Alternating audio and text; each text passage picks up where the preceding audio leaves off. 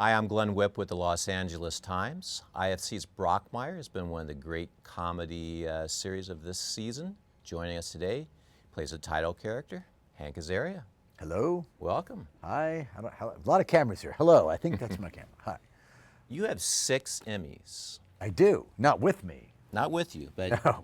you have this too. I have that now, yes. This Brockmire bobblehead. What is better, the Emmy or having a bobblehead? I would say the Brockmire bobblehead is better than any one Emmy, but the other Emmys can gang up on that. Maybe it's 3 Emmys to 1, yes. It's not a fair fight. No, it's not. Maybe if Brockmire gets another coat next season or something, they can keep making Brockmire. Yeah. Or if Brockmire won an Emmy, then, now we're talking. Right, Yeah. right. Yes. You could put like a little wool coat over A little plaid over the jacket Emmy. on that Emmy. Yeah. Where did the coat come from? It came from a thrift store on La Brea called American Rag. I bought it myself about a dozen years ago as we were getting ready to do the short for Funny or Die. The idea of the coat, I grew up a Mets fan. Lindsey Nelson was one of the iconic Mets announcers from the 70s. And he was one of those broadcasters a la Craig Sager, Walt Clyde Frazier, who liked a loud sport coat. Yeah. And I felt Brockmire should be one of those guys, a peacock, if you will. So you found the coat. I did. Yourself. Same coat, and we still wear to this day. Wow. Yeah. I was gonna. Did the coat come before the character, or the character? No, Yeah. the character existed before the coat. Yeah. It's just something I fooled around with for a long time, then an idea, then a short. And it was right as we were going to shoot the short which I wrote with some friends and a guy at Funny or Die, that I was like, it's got to be a plaid jacket for this guy. Yeah. Where's the coat now? To my At closet home? at home. Yeah. Yes, I keep it. Occasionally I make appearances as Brockmire, as needed, because I have this whole second mini weird career where as I promote the show, it cross-promotes into baseball. I called like 2 innings of an ESPN game a couple weeks ago, and so occasionally there's reason for me to throw on the coat. I would appear, before it became a series, I appeared like with Rich Eisen on the NFL Network, and I did some promos for TBS for baseball playoffs as Brockmire, so yeah, it's like almost an alter ego at this point. But you're a huge baseball fan, right? Yeah. So this is like great. You're You're getting to do things. This character is allowing you to do things that you couldn't have done, like in your normal life. Then. Totally, and Yeah. it's fulfilling. A lot of the creation of the character came out of a wish to be one of these guys, like to talk like this and just be one of these guys and narrate your life this way, and to actually go on the air and make stupid jokes about baseball with actual legitimate broadcasters sitting next to me is tremendously fun for me. Yeah.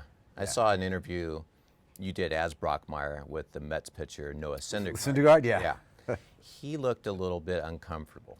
He looked a little confused. Like, was he familiar with the whole Brockmire concept? do you Sure, think? but I've done that a few times where sort of a la Sacha Cohen, I've kind of just gone as Brockmire, and I went to the Media Week before the Super Bowl a couple of years ago for NFL Network, and just kind of ambushed some NFL players as Brockmire, and I got very similar looks back as Right. Noah was giving me, to the point where I think I may retire that corner of the character. The only interview that's gone well with it was Mr. Met. I interviewed Mr. Met at Citi Field, which I found hilarious, and that worked well. Mr. Met. He's the big No, baseball-headed Mr. Met, but mascot. Yes, Mr. Met doesn't talk. he does not. That's partially why the interview was hilarious. He just mimed his answers to me. Okay. And Brockmire had to start interpreting what was going on there. I mean, questions like, Mr. Met, what are you? Yeah. Are you some science experiment that went wrong? And why are you so shallow that you need the emotional approval of children? Yeah. Why, questions like that, hard-hitting questions like that. Yeah. Okay. Nice. But you've said that this character now this is the favorite thing that you've ever done, I would say definitely. and you've done some good things. It edged out. Well, I'm very grateful to The Simpsons, and I love that, but it like never ends. So now it just feels like my day job somehow. Yeah. I loved doing Monty Python's Spamalot a lot on Broadway because I'm a huge Python fan. Yeah. That was the most fun I ever had before Brockmire. And the Birdcage also, I think mostly because it seems to have stood the test of time, and Right. people seem to enjoy it more as the years go by. So now I love it too. Not that I didn't love it, and I love Mike Nichols very much. He gave me he did Spamalot as well. Yeah. But yeah, no, Brockmire, because it's, for a lot of reasons, it's the only time I've ever developed for myself that it's gone anywhere near well.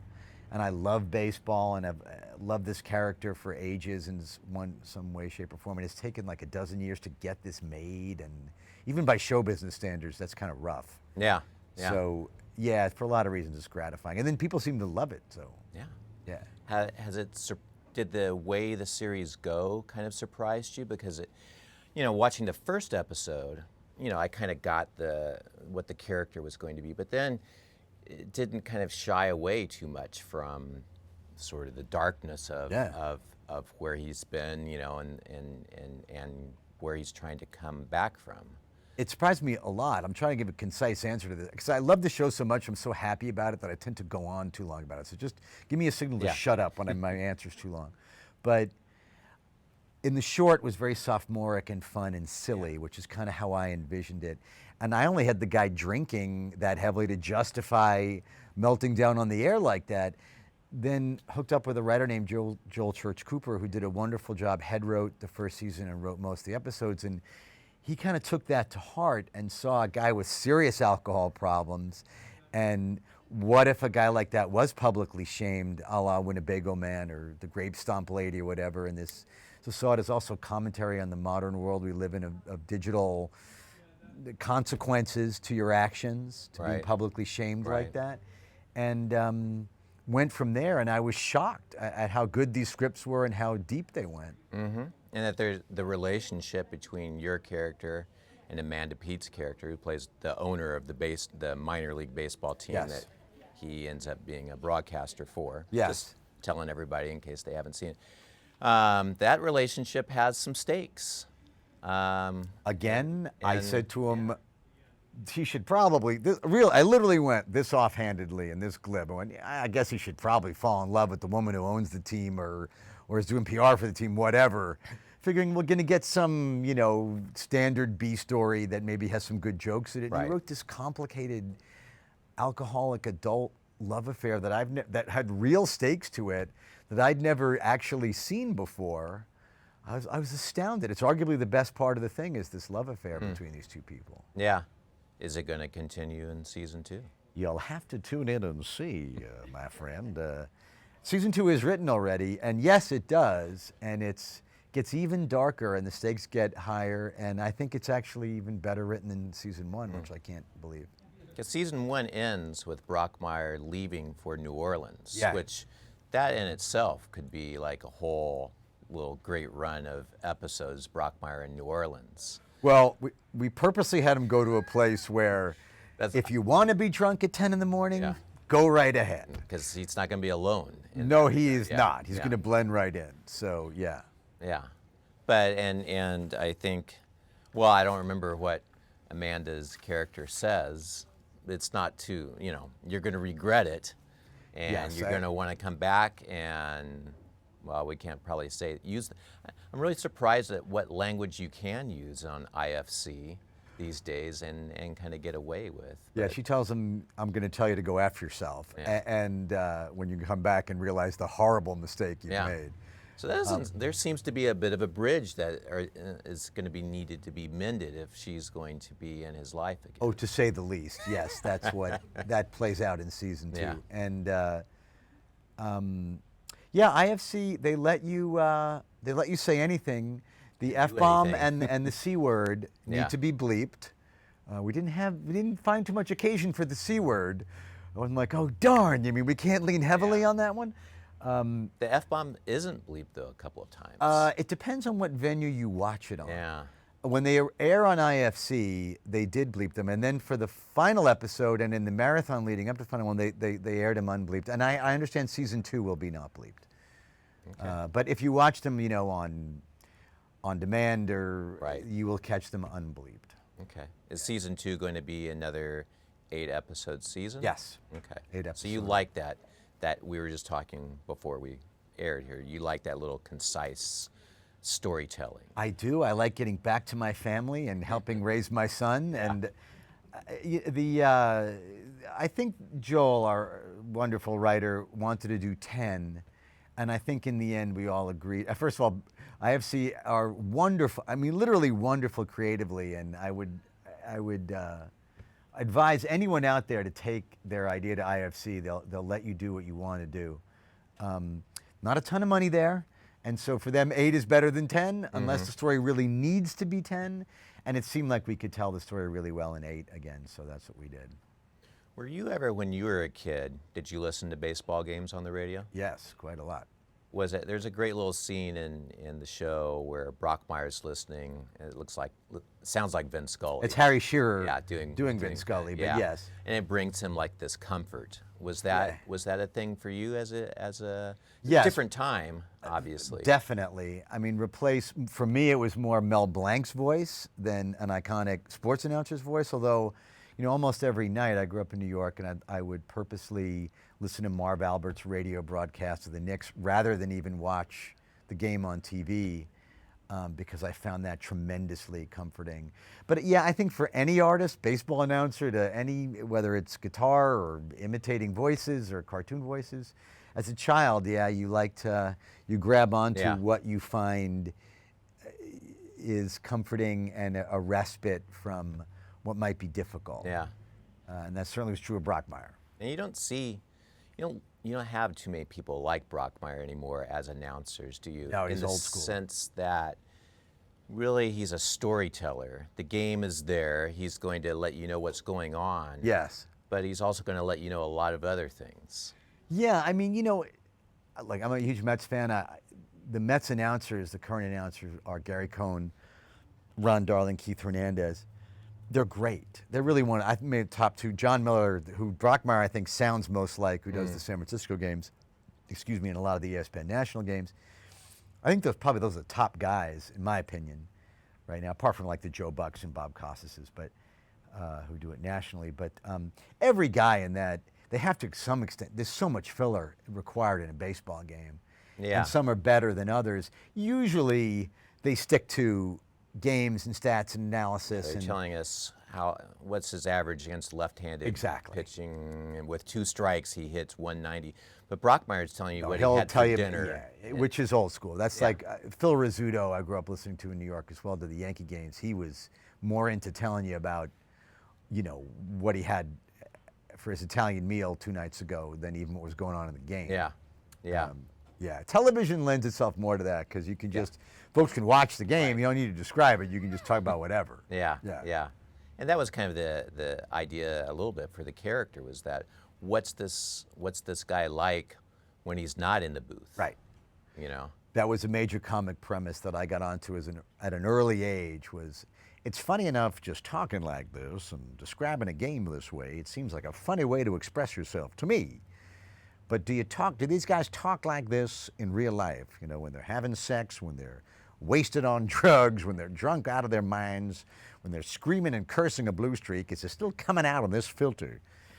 And for a long time, as we were trying to decode what would be funny about this character, we debated, like, should he sound like me when he's off the air and then turn it on like this, or should he? And we decided it was funnier if he was just kind of always this way. And it was more of a challenge, too, to have a guy like that exist in the real world. Yeah. And it is funnier when he's always that way, always that voice, because there are some dark, real moments, but he still narrates them. He still expresses them with the baseball announcer voice. Yes, he'll describe what's happening inside himself, out with other people. Yeah. It lends itself to observational comedy as well, because you're just announcing everything. Right. Is that hard, though, as an actor, then, to convey, like, those character moments, those, like, darker moments, because you're doing it? There's a real interesting line, isn't there? I felt insane. Yeah. Because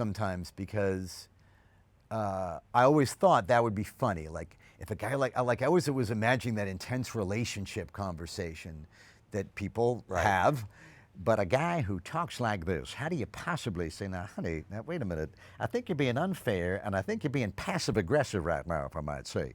It just sounds insane coming out of that filter. And Amanda Peet is such a good actress, and we had a few of those kind of conversations that were pretty raw emotionally in the show. And so she's there crying or being really upset with me. I mean, and I found myself having to respond, and I knew emotionally I need to be taking care of her. And I could tell, right? I'm like, well, I'm going to say I love you, but it's going to have to come out in this voice, and it's going to sound ridiculous. Yeah. But I had to do it, and that became part of the character, like knowing he sounded ridiculous when he was trying to be sincere. Yeah, and I think that's the kind of the journey of the show. As you start to watch it, and you watched it as the weeks went on, as the episodes went on, is that you started to get that it wasn't just a shtick, but there were, there were some genuine character moments. Yeah, it kind of, the emotion of the thing kind of sneaks up on you as it goes along, and much to my surprise as an actor, and then also doing it, I would do to the point where I would do some takes making sure that I was emotionally as present as I needed to be, and some takes where I didn't worry about it and just made sure to sound like an announcer as much as possible. Yeah. And trusted in the editing room it would all work. Do you have people asking you to talk like Brockmire now? I do. My son is my biggest fan, probably. Whenever we even have a catch outside, he calls him baseball guy. He's like, can baseball guy announce what's going on? Sometimes awesome. I'm like, I'm a little too tired for that. Or, all right. Yeah. Yeah. So that's pretty great, though. It's pretty sweet, actually. Yeah. He's 8, almost 8. He's almost 8. You guys moved to New York. Yeah, 4 years ago. Because you're a big Mets fan. That's part. I've been saying a lot. It's a joke, but it's not totally a joke. Not the only reason you moved, because I wanted to raise a Mets fan, And that's taken. He hasn't crossed over to the dark side. Yes, but he admits he was starting to become a Dodger fan, so I got him right the heck out of here. Okay. And then he had some friends who were Yankee fans. Then he was starting down that path. And now he is solidly a Mets fan, but he'll always say, I'm only a Mets fan because Daddy made me be one. Yeah. Yeah. Which is true. I'll take it, But what if, like, at some point in his adolescence that, Aaron Judge. Yeah. There's some good young Yankee players. I try to keep him away now. from the TV set. What happens if he record rebels? Then I guess he'll just have to figure out where he's eating dinner that night, I guess. Yeah. Yeah. Does he have the same kind of thing with the voices on Simpsons that you do? No, I haven't let him watch that yet. He hasn't. I'm not going to let him watch Brockmire, actually. I think he's 34 years old. But, that's a good cutoff date. He likes some of the Simpsons voices. He doesn't. I read him bedtime stories almost every night. He doesn't realize that I've cast most of these stories with Simpsons voices. Like I read him almost all the Frank Baum Oz stories, and like Mo was the Scarecrow, I think. Yeah. And the Cowardly Lion was Wiggum. Yeah, He's gonna I'll let him see The Simpsons in 2 or 3 years, and he's gonna go, hey, Wiggum's the Cowardly Lion. I'm like, he was Wiggum before he was the Cowardly Lion, I assure you. So those voices just kind of lend themselves to bedtime stories. Look, I'm just always grasping at whatever. Right. I just cast them in my brain like I'll do with any voiceover job, and some, lend themselves more than others. Yeah. Right. Does Duffman ever show up in a? Duffman is very hard to do, so no. No. And it's a little loud for bedtime. He's trying to put him to sleep like, and then once upon a time, It's like, the kid's gonna be like freaking out. Yeah. Comic book guy would be a good. Yes, but comic book guy always sounds sarcastic. Yeah, that's true. Yeah, he has definitely made his way into a couple of stories. Snake? Snake is good. He likes Snake. Snake occasionally shows up in a story. I just was reading him. Snake just made it in fact. I was reading him some book, and I was just the other night using Snake's voice. That's a soothing voice. That is nice and calm for bedtime. Totally. I mean, you have that ability to break into those voices brings people joy. It does. People seem really to does. The crowd seems to love this, as the Turkey Boys once said. 30 years. Yeah.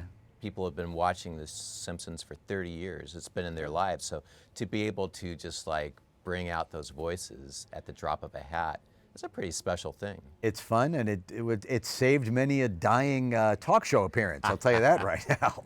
It's like, boy, those first two stories didn't go well. Time for some Wiggum. What's the matter with you people? Come on. Yeah, right. Woo! Yeah. Yeah, exactly.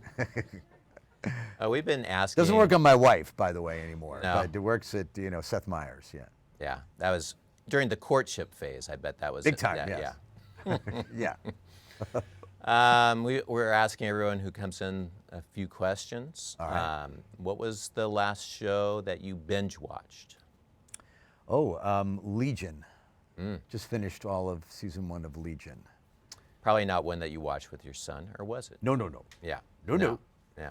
If you're not watching The Simpsons with him, you're not watching Legion. Yeah, no, we're not. He's not ready for Legion. Maybe a little bit earlier than Brockmire, but not much. Maybe 27. Yeah. Binge watched that. What did we just? Oh, I'm very psyched for the next House of Cards. Haven't cracked that one yet. Okay. Yeah, Legion was the last one.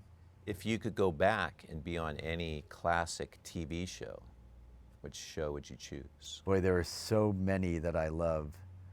See, that's the tough question because I love these shows so much that I wouldn't want to ruin them by injecting myself in them, like All in the Family or The Odd Couple or Honeymooners really come to mind, these kind of iconic New York sitcoms from the 70s that were just genius. Of course, Honeymooners earlier, but they reran them all through the 70s. Yeah, Billy Bob Thornton said All in the Family. He said he'd like to have played Meathead. But that would have ruined it. Terrible casting. You don't see Billy Bob Thornton. No, he's a great actor. I love him, but not as Meathead. Yeah. No.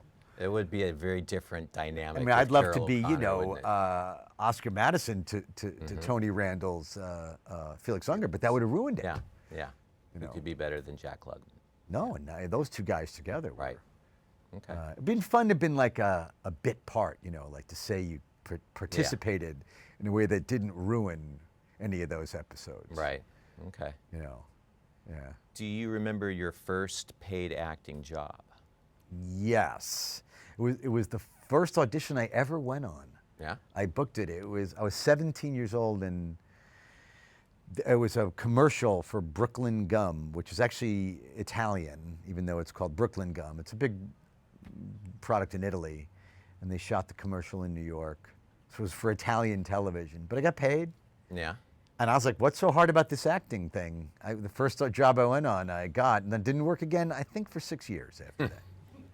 It was for Italian television? For Italian television. So did you speak in Italian then? No, it was like MOS. It was, they were just shooting us, I played like a neighborhood hoodlum playing in a schoolyard or something, and I don't even know what it had to do with gum. Yeah. But This sounds like a very odd commercial. Yeah, it was like kind of like those Mentos commercials, which They are very random. my wife, I like to call her a recovering actress, but one of my favorite things that she did was this insane Mentos commercial where she stares right at the lens by accident, and they use it in the commercial for which I'm sure she's going to be thrilled that I just told that story. So I'm just upset my wife again. I have a way of... You need to do a Simpsons voice when you get home, right? Yeah, but not going to work. Not gonna Usually work, I trash the Philadelphia Phillies, and that upsets her. So now I've done that too. Well, yeah. Not much hope for the Phillies these days. He said it, I didn't, honey. Well, thanks for coming in. I'm really My looking pleasure. forward to the second season of Brockmire. Thank you. So you're going to go shoot that right now? No, I'll probably in October. All I'll right. go shoot that. And it'll come out about the same time. Around the opening day of baseball again. Nice. For 2018, yeah. All right. Yeah. All right. Well, thanks for coming by. Thanks, my pleasure. And for more of these conversations, please go to latimes.com. Thanks for watching.